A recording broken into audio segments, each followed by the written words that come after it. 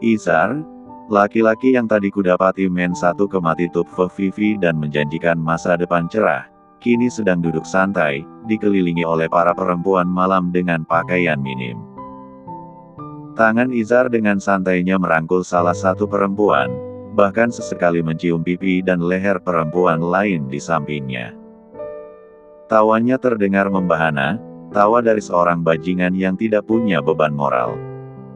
Aku tersenyum dingin. Senyum predator. Oh, jadi ini calon suami dan menantu kebanggaan untuk Vivi dan ibunya. Bisikku, suaraku penuh ejekan. Laki-laki yang gajinya lumayan, yang akan naik jabatan, tapi hobinya main dengan wanita murahan di tempat begini. Dengan gerakan cepat dan tersembunyi di bawah meja, aku mengeluarkan ponselku. Aku mengarahkan kamera, memperbesar fokus pada Izar dan tingkahnya. Klik, klik, klik. Aku mengambil beberapa foto Izar yang sedang tertawa, yang sedang bersatu uman, yang sedang merangkul para wanita itu dengan intim. Foto-foto ini akan menjadi bukti kedua, senjata pelengkap untuk menghancurkan Vivi dan Tante Retno sekaligus. Lihat nanti bagaimana reaksi Vivi dan ibunya kalau tahu laki-laki yang selama ini mereka puji, calon menantu impian yang mapan itu, ternyata hanyalah seorang bajingan yang suka bermain kotor. Aku menyesap minumanku, meresapi pahitnya minuman yang mahal, dan manisnya dendam yang mulai terbayar. Aku masih sibuk mengabadikan momen-momen intim Izar dengan para perempuan itu, tersenyum puas membayangkan kehancuran yang akan menimpanya dan Vivi, ketika tiba-tiba dia mengangkat pandangan. Mata kami bertemu. Wajah Izar yang tadi tertawa lepas seketika membeku kerutan bingung muncul di dahinya. Dia menyenggol salah satu perempuan di sampingnya, lalu bangkit dari kursi VIP-nya, berjalan ke arahku dengan langkah santai yang dibuat-buat, berusaha mempertahankan image mahal di tempat itu. Wira. Sapanya, nadanya jelas meremehkan, seolah dia baru saja melihat tikus di dapur mewah. Sedang apa kamu di tempat seperti ini? Dia menoleh ke sekelilingku, seolah mencari-cari tanda bahaya, lalu kembali menatapku dari atas ke bawah. Jangan bilang kamu kesasar. Izar tertawa hambar, tangannya dimasukkan ke saku celana. Ini bukan warung kopi langgananmu, bro. Tempat ini minimal menghabiskan uang 1 kali gajimu gaji sopir hanya untuk duduk dan melihat-lihat. Aku tahu dia sedang menghinaku, mencoba menunjukkan bahwa aku tidak pantas berada di tempatnya. Harga minuman di mejaku bahkan melebihi sewa kos-kosan murah yang selama ini aku tinggali. Minuman itu, dia menunjuk gelas whisky di depanku dengan dagunya. Harganya pasti lebih mahal daripada motor bututmu itu. Aku yakin kamu nggak mungkin mampu membeli 1 gelas pun di sini. Aku harus meredam gejolak amarah dan keinginan untuk membongkar rekeningku di hadapannya. Belum saatnya. Aku harus tetap menjadi Wira si sopir miskin demi rencana balas dendam eleganku. Aku bangkit, memasang wajah gugup dan sedikit malu, seperti yang dia harapkan dariku. Aku disuruh Pak Sandi, kataku, dengan suara sedikit bergetar seperti orang yang takut ketahuan. Dia lupa mengambil dokumen penting yang tertinggal di sini. Kebetulan motorku mogok, jadi aku disuruh menunggu di sini sampai motorku selesai diperbaiki. Itu adalah kebohongan yang masuk akal. Izar tahu aku adalah sopir pribadi Pak Sandi, dan dia tahu betapa aku menghormati bosku itu. Izar terlihat sedikit mengendurkan ketegangan di wajahnya, menerima alasan itu. Oh, begitu, katanya, nadanya kembali sombong. Jangan sentuh apapun di sini. Kamu bisa kena denda membersihkan bar ini. Karena kalau kamu sampai merusak sesuatu, gajimu pasti nggak cukup buat ganti. Dia melirik gelas whisky di depanku dengan curiga. Itu punya siapa? Jangan bilang kamu minum sisa minuman orang lain. Aku berlagak-gelagapan. Bukan. Ini. Tadi ada pelayan yang salah taruh. Aku cuma pegang aja. Aku bohong lagi. Oh. Dia mendekat padaku dan sedikit berbisik. By the way, jangan bilang-bilang Vivi kalau aku ada di sini. Dia bisa marah. Aku mengangguk. Dia merogoh sakunya dan mengeluarkan selembar uang 20 ribuan. Buat beli rokok. Cih, dia pikir duit imutnya ini bisa bikin aku tutup mulut. Silakan hina aku sepuasnya. Tapi, jika sudah tiba waktunya nanti, jangan kejang-kejang. Pov Jia. Menikah dengan mantan pacar kakakku. Kedengarannya gila. Tapi ini adalah jalan satu-satunya untuk menyelamatkan Naila. Demi Naila, aku rela melakukan apapun. Termasuk menerima tawaran Mas Wira untuk menikah. Sebenarnya, Naila bukan anak kandungku. Dia adalah amanah terakhir dari sahabatku, Dini, yang meninggal 4 tahun lalu saat melahirkan Naila. Dia memintaku berjanji untuk menyembunyikan identitas Naila dari siapapun. Karena itu, saat pulang kerja dari luar kota, aku mengakui Naila sebagai anakku. Ibu dan Mbak Vivi menghinaku dan menganggapku perempuan murahan yang punya anak tanpa suami. Tapi, aku tidak peduli, asalkan Naila aman. Lagi pula, aku sudah biasa mendapat perlakuan seperti ini dari ibu dan Mbak Vivi. Beberapa waktu lalu, Naila jatuh saat bermain. Dia harus dioperasi. Tapi, aku tidak punya siapa-siapa lagi untuk kumintai pertolongan, kecuali Mas Wira yang tiba-tiba muncul dengan tawaran gila itu. Wira kemana sih? Sejak semalam aku telepon nggak dijawab, di chat juga nggak dibalas. Sekarang nomornya malah nggak aktif. Aku menoleh pada Mbak Vivi yang sejak tadi terus mengomel. Semalam dia juga janji mau kasih ibu uang buat belanja dapur. Tapi sampai sekarang nggak kelihatan batang hidungnya. Ibu ikut mengomel. Awas aja kalau dia muncul, aku bakal putusin dia. Aku udah muak pura-pura pacaran dengan cowok miskin kayak dia. Suara Mbak Vivi yang nyaring dan penuh amarah seperti sanggup menggetarkan pintu kamar. Aku memang tahu kalau selama ini Mbak Vivi hanya memanfaatkan kepolosan Mas Wira. Di belakangnya, Mbak Vivi berhubungan dengan Mas Izar. Aku bahkan melihat dengan mata kepalaku sendiri bagaimana Mbak Vivi dan Mas Izar berpelukan mesra. Tapi selama ini, aku tidak pernah berani membongkarnya.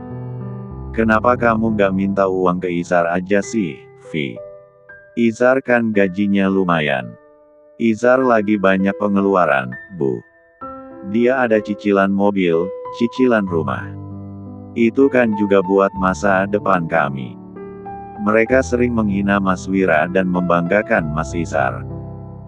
Mas Wira yang mereka sebut gelandangan miskin dan cuma sopir adalah orang yang selama ini membayar sewa kontrakan dan biaya kuliah Mbak Vivi. Bahkan selalu membantu setiap ibu minta uang. Mas Wira sih ngakunya dapat uang dari utang sama bos yang akan dipotong dari gajinya. Sementara Mas Izar yang mereka banggakan itu nggak pernah mau mengeluarkan seperser pun untuk urusan ibu dan Mbak Vivi. Tapi, semalam Mas Wira gampang mengeluarkan uang dalam jumlah yang besar untuk operasi Naila. Pikiranku dipenuhi pertanyaan tanpa jawaban. Mas Wira yang kukenal sangat polos dan loyal pada Mbak Vivi. Rasanya mustahil dia bisa berubah sedingin itu dalam semalam. Apakah jangan-jangan Mas Wira sudah tahu tentang hubungan Mbak Vivi dan Mas Izar? Saat sedang berkutat dengan pikiranku sendiri, suara mobil Mas Izar terdengar dari luar. Jantungku langsung mencelos. Kehadiran Mas Izar selalu membawa aura yang tidak nyaman. Mas Izar turun dari mobilnya, dengan kemeja yang rapi dan aroma parfum mahal yang langsung tercium bahkan dari jauh. Posturnya tinggi, dia memang tipe laki-laki mapan yang sering dibanggakan ibu dan Mbak Vivi. Kontras sekali dengan Mas Wira yang selalu terlihat sederhana dan sedikit lusuh. Melihat kedatangannya, aku refleks menunduk. "Jia," sapanya, suaranya terdengar terlalu ramah, membuatku langsung berjaga-jaga. Jujur, aku sangat tidak nyaman dengan tatapan Mas Izar. Selalu ada sorot mata aneh dan berkepanjangan yang dia berikan padaku, tatapan yang terasa terlalu dalam dan membuat kulitku merinding. Seperti mata serigala yang sedang mengamati mangsanya dari balik semak-semak. Dia selalu membuatku merasa telanjang, meskipun aku berpakaian tertutup. "Vivi ada di dalam?" tanyanya, tapi matanya tidak fokus pada mataku, melainkan menyapu dari ujung rambut sampai ujung kakiku. Aku segera menundukkan pandanganku. "Ada, Mas. Lagi di kamar." Mas Izar tidak langsung bergerak. Dia berdiri di depanku sejenak, membuat jarak di antara kami terasa mencekik. Aku bisa merasakan tatapannya sekali lagi menyaringku, seolah mencoba menembus pakaian yang kukenakan. "Mau kemana, cantik?" tanyanya dengan nada menggoda yang membuat perutku mual. Dia bahkan berani mengulas senyum miring yang sangat kubenci. "Mau ke rumah sakit, Mas?" "Oh, aku masuk dulu, ya." Tanpa menunggu jawabanku, Mas Izar melangkah masuk ke rumah, meninggalkan jejak aroma parfumnya yang menusuk. Hanya beberapa detik sebelum dia menghilang di balik pintu, dia sempat menoleh padaku, memberikan tatapan mata keranjang yang sulit diartikan. Aku menghela napas panjang. Aku benci saat dia datang. Suara cempreng Mbak Vivi menyambutnya. "Sayang." Aku menoleh sedikit ke belakang. Mbak Vivi langsung melompat memeluk Mas Izar, menempel seperti perangko. Ekspresi kegelian Mas Izar jelas terlihat, tapi dia membalas pelukan itu sambil tersenyum congkak. Aku segera membuang muka, jijik. "Aku lagi senang banget, Vi," kata Mas Izar dengan wajah berbinar-binar. "Memang ada apa?" Mbak Vivi terlihat antusias. "Aku tiba-tiba dapat promosi naik jabatan di kantor. Kalau jadi, gaji pokoknya hampir 2 kali lipat dari yang sekarang." Wajah Mbak Vivi langsung bersinar terang. Matanya memancarkan keserakahan yang tidak berusaha lah sembunyikan. "Serius? Loh, aku pikir kamu berhasil bujuk Wira untuk ngomong sama Pak Sandi." "Nggak, Wira nggak ada kabar sejak semalam." "Baguslah, semoga dia menghilang selamanya. Jadi aku udah nggak perlu lagi pura-pura jadi pacarnya." "Terserah kamu, sayang. Dia kan cuma spare part," balas Mas Izar santai. Mereka tertawa penuh dengan rencana masa depan yang materialistis. "Kalau begitu, aku harus putusin dia. Aku udah muak. Malu juga kalau harus ngenalin dia ke teman-temanku." Tepat saat kata-kata itu meluncur, suara motor butut Mas Wira terdengar dari luar. Aku memilih masuk ke kamar sempitku, menghindari keributan yang mungkin akan terjadi. Raut wajah Mbak Vivi yang melihat kedatangan Mas Wira langsung berubah. Senyumnya menghilang, digantikan oleh tatapan dingin. "Bagus kamu datang. Ada yang perlu aku omongin sama kamu." Mas Wira diam sejenak, menatap Mbak Vivi, lalu beralih pada Mas Izar. "Ada apa, Vi?" tanya Mas Wira pelan. Mbak Vivi menyilangkan tangan di dada, memancarkan kesombongan yang menjengkelkan. "Aku mau putus, aku udah nggak mau pacaran lagi sama kamu." Mas Wira mengangkat alisnya sedikit, seperti menunggu kelanjutan dari perkataan Mbak Vivi.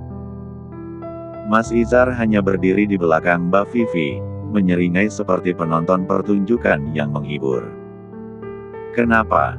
tanya Mas Wira, suaranya tetap datar.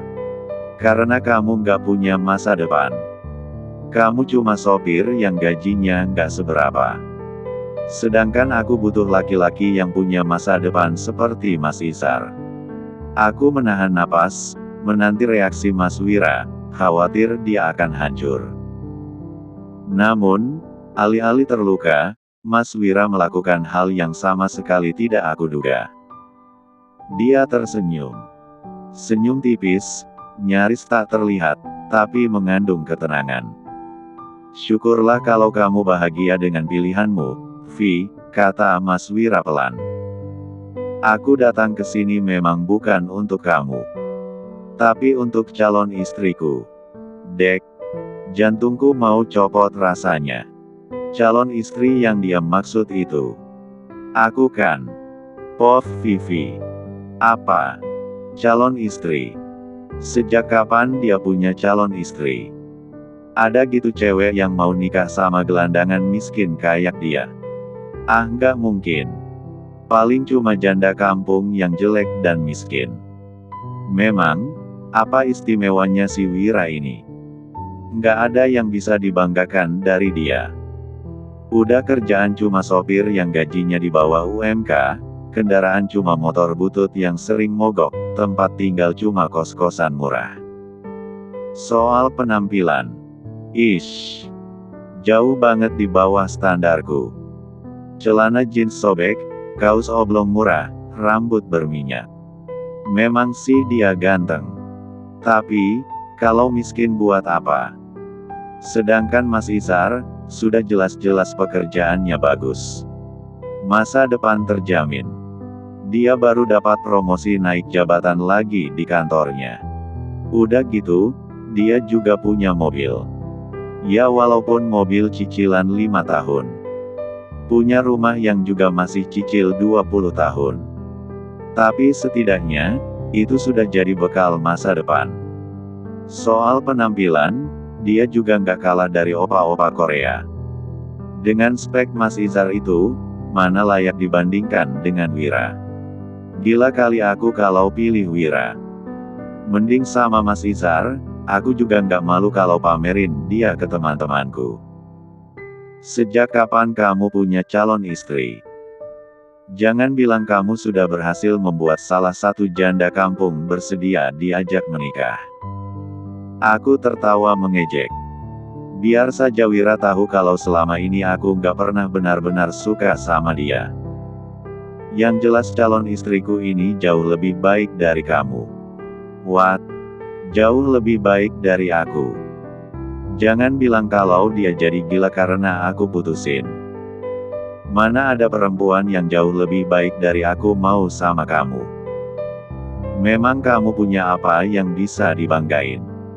Kalau mimpi jangan ketinggian, Wir. Kalau jatuh sakit, lo. Mas Izar menambahkan. Aku cekikikan. Dia malah senyum. Bukannya malu. Jia, ayo kita pergi. Wira menengok ke arah kamar Jia yang gak tertutup rapat. Loh, ada apa ini? Kok dia panggil Jia? Jia keluar dari kamar. Mukanya kelihatan pucat, setengah takut. Aku dan Mas Izar saling lirik. Inilah calon istriku. Hah? Jia. Sebentar. Gimana bisa Jia jadi calon istri Wira? Demi apa kamu nggak lagi ngelucu, kan? Aku menatap Jia dan Wira bergantian. Mas Izar juga kelihatan terkejut. Malah aku lihat raut mukanya agak beda. Kayak marah gitu. Aku serius. Aku dan Jia akan menikah. Aku langsung tertawa. Apa kamu pikir itu akan bikin aku cemburu? Sedih dan menyesal. Wira, aku malah senang. Kamu ambil saja sampah ini dari rumah kami. Biar nggak jadi beban lagi. Kalian memang pasangan yang cocok, sih. Yang satu, laki-laki miskin yang kemana-mana naik motor butut, yang kerjanya cuma bisa nabung utang. Yang satu lagi, perempuan murahan yang bawa aib karena punya anak haram tanpa suami. Ada apa ini ribut-ribut? Ibu keluar dari dapur. Mampus. Ini, Bu. Wira datang. Dia bilang mau nikah sama Jia. Apa? Jia mau nikah sama Wira? Ibuku pasti shock dengar berita ini. Apa laki-laki di dunia ini sudah habis sampai kamu mau nikah sama dia? Jia diam aja. Jujur, aku juga nggak tahu gimana ini bisa terjadi. Tapi, bodoh amat aja nggak sih? Jia, otak kamu disimpan di mana? Minimal kalau cari calon suami itu kayak Isar. Penampilannya rapi, mobil mahal, gaji besar. Mapan. Kalau nikah sama Wira, kamu cuma nabung utang. Biarin ajalah, Bu. Kasih restu aja. Aku langsung menyela. Jia masih diam. Kamu pikir dengan menikah sama Wira, kamu akan dapat kehidupan yang lebih baik. Dia aja susah nafkahin diri sendiri. Utang ke bosmu aja belum lunas. Mau nikah, uang dari mana? Mau hidup dari mana? Kalau kalian kelaparan nanti, jangan datang ke rumah ini minta-minta. Wira pasti kena mental dengan ucapan ibu. Kita lihat saja nanti. Wira buka suara. Lihat. Dia masih pede walaupun sudah dihina habis-habisan. Dasar muka tembok. Ayo, Jia. Kita ke rumah sakit urus Naila. Dia menggenggam tangan Jia. Sok romantis. Terima kasih untuk semua hinaan kalian. Hinaan tentang aku yang miskin, yang gak punya masa depan, yang cuma gelandangan. Hinaan itu yang bikin aku sadar siapa diri aku sebenarnya. Aku memang gak pantas untuk Vivi. Nah, itu sadar diri, balas ibu. Tapi Wira masih bisa senyum.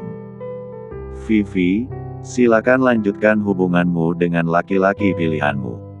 Kalian memang serasi. Satunya matre dan aku sadar siapa diri aku sebenarnya. Aku memang gak pantas untuk Vivi. Nah, itu sadar diri, balas ibu. Tapi Wira masih bisa senyum. Vivi, silakan lanjutkan hubunganmu dengan laki-laki pilihanmu. Kalian memang serasi. Satunya matre dan satunya. Berani benar dia menghinaku. Dan kenapa dia menggantung ucapannya tentang Mas Isar? Memang Isar kenapa? Dia nggak jelas. Iri bilang bos.